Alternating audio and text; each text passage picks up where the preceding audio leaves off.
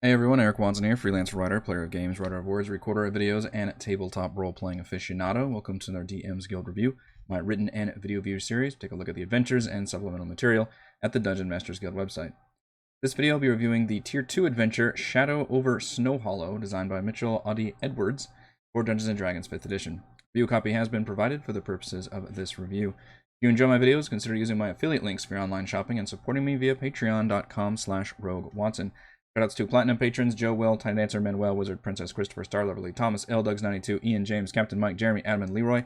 And gold patrons RPG Papercrafts, Charming Grenade, Pretty Boy, and Yuma, Marcos, Did, Vicente, Gilberto, Dead Lizard, Lounge, Sam, Arash, Lumpy Spuds, Jerome, Fatboy 619, Skinny Nick, Farney McButterpants, and Blood Angel Baroness. Thank you all very much for your support.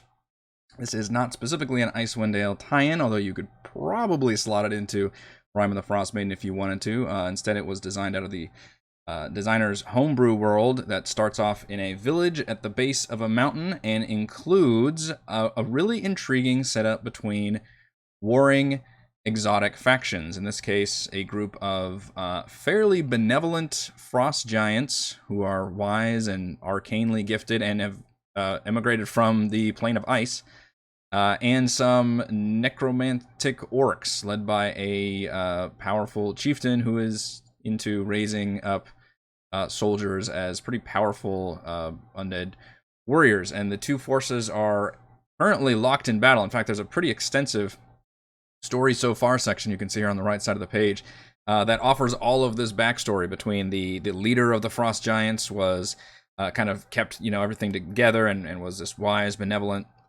leader and set up this village of Snowhollow that ended up being this pilgrimage site where they welcomed all these other races to come in and just sing Kumbaya together and learn from the Frost Giants. And they're like, they're not they're kind of against violence, like just generally kind of a good thing going on here.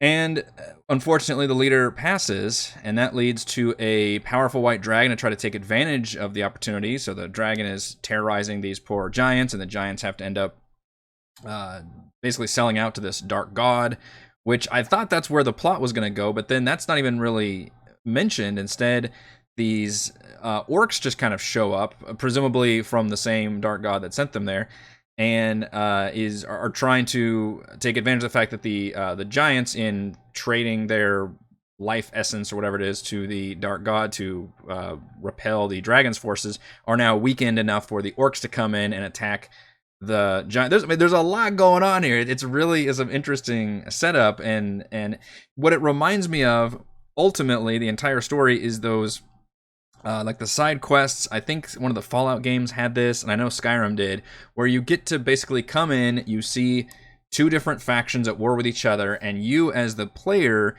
or in this case the party of players, can come in and basically hear their side of the story and then choose to join one faction or the other, and then those factions go to war, and that determines how the story plays out for you as the players. And I like the fact that both factions are not just people. They're talking about orcs, and we're talking about frost giants, which is pretty cool, and this is a solidly tier 2 adventure. Unfortunately, some of the execution leaves much to be desired. Now, I mentioned tier 2 because I don't really have a good specific level range, which is one of my complaints here. The actual DM's Guild product page lists, I believe, 8 to 11 as a suggested level range, but then here in the running the adventure section, designer says that they built this adventure specifically for a party of level 6. So it kind of runs the gamut, and it uses a lot of custom stat blocks, which is really cool. But ultimately ends up in a fight against the boss battle is that white dragon, who is almost an ancient level dragon. It's a CR 18.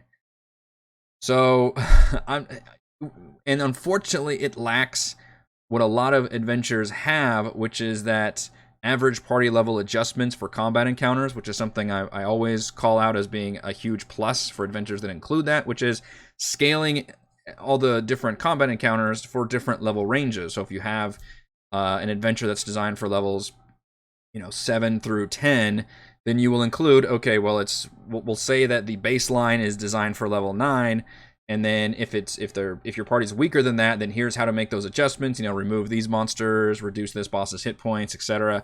Or if it's stronger, then you can add new monsters, maximize hit points, whatever you need to do, give them this extra attack. And that would help a lot here, because this is a very combat-heavy situation with a lot of potentially deadly battles, and there's no information on how to scale that. And I think just saying tier 2, I mean, I like the fact that it's tier 2. That's fun, but it could have benefited greatly from having those APL scaling adjustments for all the different encounters, although there's a lot of encounters here. So it begins in that tiny village at the bottom, which is called Kindish, and we do get maps. Unfortunately, it's going to be hard for me to show these maps because most of them are actually included in a separate zip file and not in the text itself. And the town maps are kind of top-down, almost look like an old video game where it's top-down, like kind of low resolution, but you can see there's buildings and things. They get the quest. This is weird. There's no real adventure hook for this adventure, which feels like a very odd oversight, to the point that I don't know if I've ever seen an adventure that lacks an adventure hook, in terms of, here's the adventure hooks, and here's like 3 different options to get your play. And usually they're not very much involved. Some adventures do a much better job than others. And a lot of times it's like, hey, you just received a letter from somebody. They're really simple. This doesn't have any of that, though. It just mentions the fact that, hey, maybe your players are going to be into doing this adventure, like going and making the pilgrimage to these friendly frost giants, for or glory and loot or whatever else. There's not really a good like hook to get them in there. And it just that when they get to this small town, the mayor equivalent can basically tell them, hey, we haven't seen any pilgrims or any trade or anything come out of that town, that Snowhollow village, and maybe we have some concerns if you want to go check on them. That's basically the equivalent of the entire adventure hook that's included here. So you work your way up there, which is the Snowhollow Pass, which we do have another map for that one. It looks like a very Roll20 map where it's got the canyon and there's a little path for them. This one, it was originally just made when I saw that there was an encounter table that was just encounters. Like, oh no, don't do that. Give me scripted encounters. But then it does include some scripted encounters. It includes an avalanche with a wyvern. It says a white wyvern. I guess it's like a snowy mountain wyvern that comes down from the mountain and tries to pick off kind of like a vulture to see who all is stuck in the avalanche, which I think is a good idea, because a lot of times, the avalanche just, if it does something, I mean, obviously it does damage, but if it also stuns the players, if you're not in combat, none of that matters, right? None of those conditions really matter. The only ones that matter are damage, if your players can't rest after that, and exhaustion, for the same reason, those things that really linger outside of combat. But if you sick combat immediately on the players, suddenly those conditions can matter. If some of the players are suffocating or stunned or whatever else when this wyvern comes down looking for a tasty meal. So I thought that was a pretty cool situation. And then the other one, is there's a broken bridge where they just have to kind of decipher how to cross, and they could use either mundane means or by using a certain if you know giant, or maybe make an arcana check, then you can determine you can just spend a spell slot to extend the magical bridge. So those kind of encounters are nice, though. I like that there's some scripted encounters there. I do not like that it just mentions the final push should be some kind of like big tough monster. Well, write that in there. Design that encounter. Don't just leave it up to the DMs. This is the whole point of the product. Like, yes, you can trust the DMs to adjust things. I can replace, a polar bear with a saber-tooth tiger or something if I need to, but give me that scripted encounter. Instead, it literally says, use a final big monster encounter to create a memorable fight that marks the end of this treacherous road. I like to use a Remoraz. Like, well, that's great, but just script that encounter. Write that. Make it a memorable event. Don't just leave it up to me. You're the one designing the product. So that was a bit disappointing, but I do like that the other ones were what I wanted, which was the scripted events. So they arrive in the village, and it is not at all what the players were expecting. It has been occupied by these orcs led by a chieftain who is a powerful necromancer. Notice how we didn't get any art for the first 8 pages of this adventure, oddly enough, and then all of a sudden there's like really awesome art for the second half. I don't know why it ended up structured like that. I was originally going like, oh man, I gotta put art down as a complaint, but then I was, oh, this art's really good, so I don't just maybe spread that stuff out a little bit better for the early pages, because that's the first pages your consumers are going to see. And this is where you start getting into you meet the faction leader, you get the quest, you travel to is a very video game thing. Every video game RPG, I feel like, has this moment where there's two sides at war with each other. You meet with one faction leader, you get the quest to go kill the other side, then you can go to the other side. They're not hostile, and you can just meet with that faction leader, and then get that quest, and then essentially you have to make a choice about which ones to ally with. I don't have a problem with that. I like that quest line a lot of times in RPGs, and I like the fact that it's orcs versus frost giants, which is really cool. One thing I don't like is the fact that one side is obviously good and the other side is obviously evil aligned. I feel like this would have been way more interesting if there were some nice shades of gray here, with, you know, maybe one of them is like, oh, you occupied our ancestral homes, and this is like, well, we caught you stealing our stuff or murdering something. Yep. It'd be nice if they both had better motivations other than the orcs are just evil and want power. Basically to... The orcs want to... So the white dragon is occupying this sacred tomb where that benevolent frost giant leader is being kept, and the orcs just want to drain the hell out of that area, and also go ahead and take out a dragon and get that power and just bolster up the power. I mean, it's just pure evil. And the frost giants are just, they also want to get rid of the white dragon. So the two sides do want to get rid of the white dragon, but that's because they're occupying their sacred tomb and just get them out of there and go back to singing Kumbaya. So unfortunately, it's very much an obviously like, are you good aligned or are you evil aligned situation. So it doesn't really feel like that much of a choice versus if you had used factions that were a little more shades of gray and just had better motivations. I do feel like they're pretty well developed, the two leaders and the two sides and the two situations, but it's very obvious one is good and one is evil, and the players could obviously just start off by killing the orc chieftain if they wanted to immediately. Like, that's something that designer says, yeah, that could happen, but there's obviously a shit ton of enemies here, and that would not be a good way to go about it. Otherwise, and it's not hostile to begin with, and otherwise they can travel to the frost giant fortress of Kalder Ein and meet up with the son of the leader and the remaining frost giants, basically hear their side of the story, and then decide who they want to ally with. And from there, we get to make a choice, and that determines the war. Now, as cool as that setup is, which I like the fact, you're like, okay, both sides are ready to fight each other, they've got all these forces left. The frost giants are weakened and fewer in number to kind of balance the fact that, you know, giants are a hell of a lot stronger than orcs generally, but the orcs are pretty strong. They've got that the necromancer chieftain. They've got these extra spells. They've got these undead soldiers they can raise up, so they've got the numbers. So it's a cool setup. And then, as you can see here, the entire war plays out over the course of these 2 pages. And they're not even full 2 pages. They're just a couple paragraphs of just like montage scenes. It's extremely underdeveloped. It's like the designer restricted themselves to a certain page count and then tried to make this way bigger adventure that's bigger than what this page count is. But I assume this was not restricted in any way. It's just, for some reason, the actual war is underutilized. I mean, it's a neat setup, and then you go through just a couple scenes. The whole thing is just hand waved away. It's like, this doesn't need to be broken down into a single session or two. You don't have to design your adventure like that. You can have this take the place over several sessions and include the fact that this war, you know, you can still break it up. Don't just create this giant battlefield of 1 million units and have them go at each other. Break it up into individual scenes, which is what I was hoping to see. It kind of tries to do that a little bit here, where, you know, you can free the prisoners and there's some guards.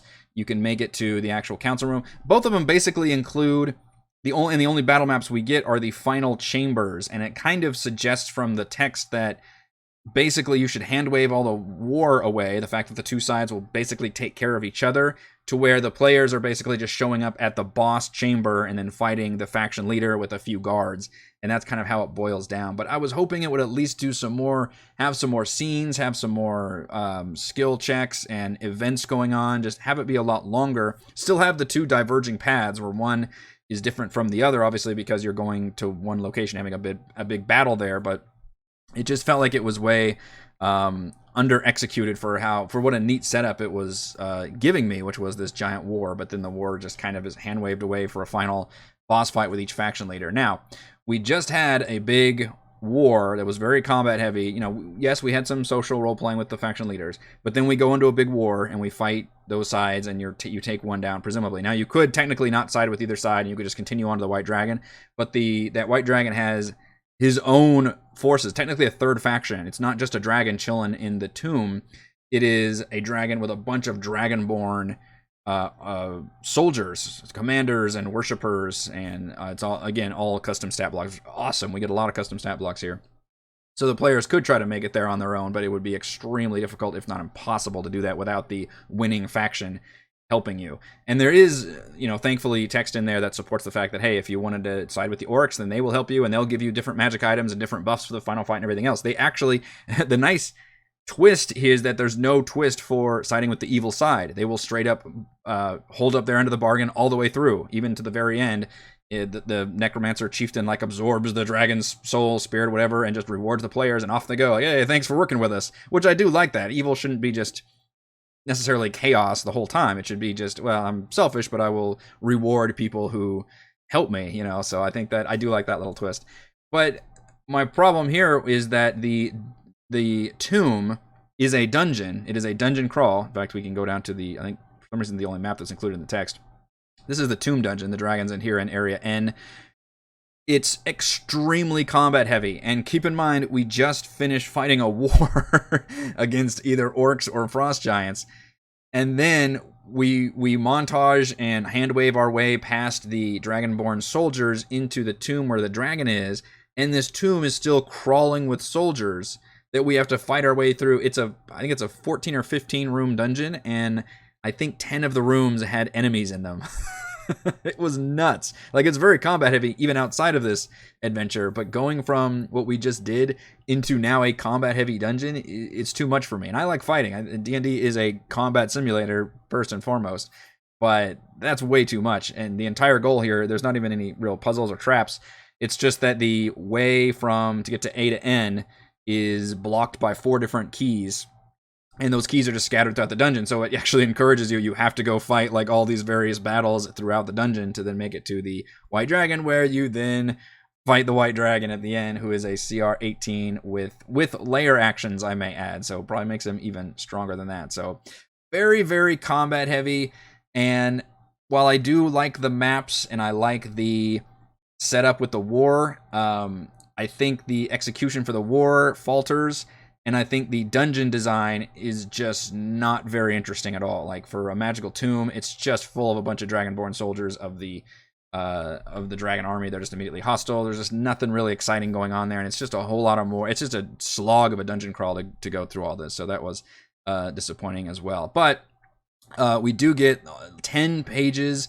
I think it's over a dozen custom stat blocks. The frost giants get custom stat blocks. The orcs get custom stat blocks. Those dragonborn soldiers get custom stat blocks. A whole bunch of cool, and the leaders all have their own special stat blocks. Some of them are just slightly changed. The white dragon is just like I said, slightly diminished ancient dragon, but for the most part, it's really cool. I love seeing that, because that is a perfect way to get over your players being able to metagame any of that information is when you throw all these custom units at them. We also get a bunch of magic items, which they won't see all these because it depends on which factions they align with and which leaders they take out. It will depend on which items they can help themselves with. And of course, the maps, these are given as DM and player separate maps. This is the main map we get, which is the final dungeon, but we do get a battle map for the final faction leaders area, as well as those kind of town maps, and I believe one map for the Snowhollow Canyon. All right, let's go over my pros and cons for Over Snowhollow. Pros: 2 opposing exotic factions the players can align with. Benevolent frost giants versus necromantic orcs. Very cool. Pros: the war and the epilogue change significantly depending on the allied faction. And to include that, as I mentioned, I like that the orcs don't turn on you at the end. They reward you just the same, but there are differences. It's not just, the third act is always the White Dragon dungeon crawl, but depending on how it plays out, your magic item loots will change, the forces you have with you will change, and the buffs that the faction leader will give you for the final fight will change as well. And I believe the rewards that they give you after even the dragons taken out will change. So I like that it does matter depending on which choices that you make there. And all that information is included in the epilogue. Pro: full color maps for towns and encounter locations, and pro: over a dozen new monster stat blocks. I love basically all the appendix stuff is amazing for this adventure. All the monsters, magic items, all the maps, all the additional stuff is fantastic. Cons: no adventure hooks. Very, very weird oversight there. One of the few adventures I've seen that just kind of doesn't bother with an adventure hook and just says, hey, you're here, let's start the adventure. You want to go check out that? And it just seems like there'd be some easy adventure hooks. You saw a white dragon passing around and you thought, oh, I need to go investigate that. Or you heard rumors of or you wanted to make, maybe somebody in your party or all of your party wanted to make a pilgrimage to this frost giant place to learn some new ice spells or something, and you're just going there, and all of a sudden it's a shocker that, you know, this whole event has transpired. These orcs have taken over everything. It seems easy to draw them. They just weren't here. Cons, no APL scaling. I usually don't include that as a con because it's a bonus when it's included, and it's not bad if it's not. But because there's such a wide range here of a CR enemies and everything, I really feel like it could have helped, and especially with the amount of combat that's included. Although again, if you tried to break down every single combat fight with one of those, like, here's how to adjust it, probably would have been too much, which is a, you know, you could include that as the fact there's just too much combat in this adventure in general. And my third con is there's epic warfare with dozens of units, and it's all reduced to a few paragraphs. So I hate the fact that there's the big war that we're building up to, the players can choose and go on, you know, lead the charge and everything. Basically boils down to teleporting them practically to the boss's chamber and just having that final fight and just kind of hand waving everything else. I think is a big disappointment. Final verdict, Shadow over Snowhollow presents an intriguing war between opposing giants and orcs, but the war is underdeveloped and the final dungeon crawl is far too combat heavy. Thank you to everyone for watching this video review. You can see my written review at roguewatson.com. You can support my work at patreon.com/roguewatson, and you can follow our own D&D adventures here on my YouTube channel. Thank you.